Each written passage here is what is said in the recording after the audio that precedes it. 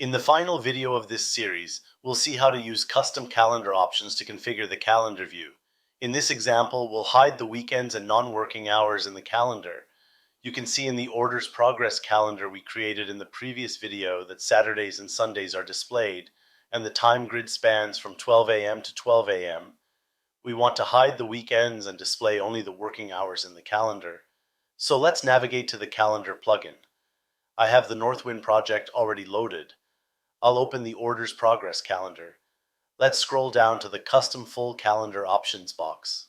The calendar plugin uses the full calendar library to display the calendar, so we can use any of the options provided by the full calendar library here.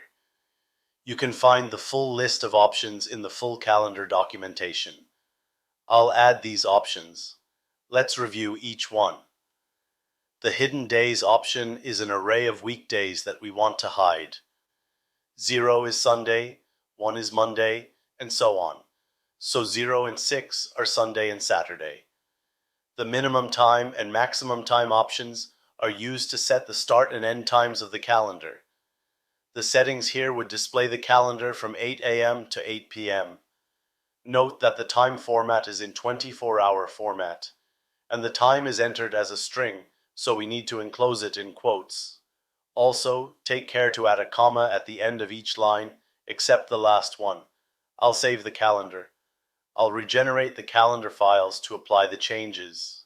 Back to the calendar page, I'll refresh the page to see the updated calendar. You can see that Saturday and Sunday are now hidden, and the time grid spans from 8 a.m. to 8 p.m. So this is how we can use custom calendar options to configure the calendar view.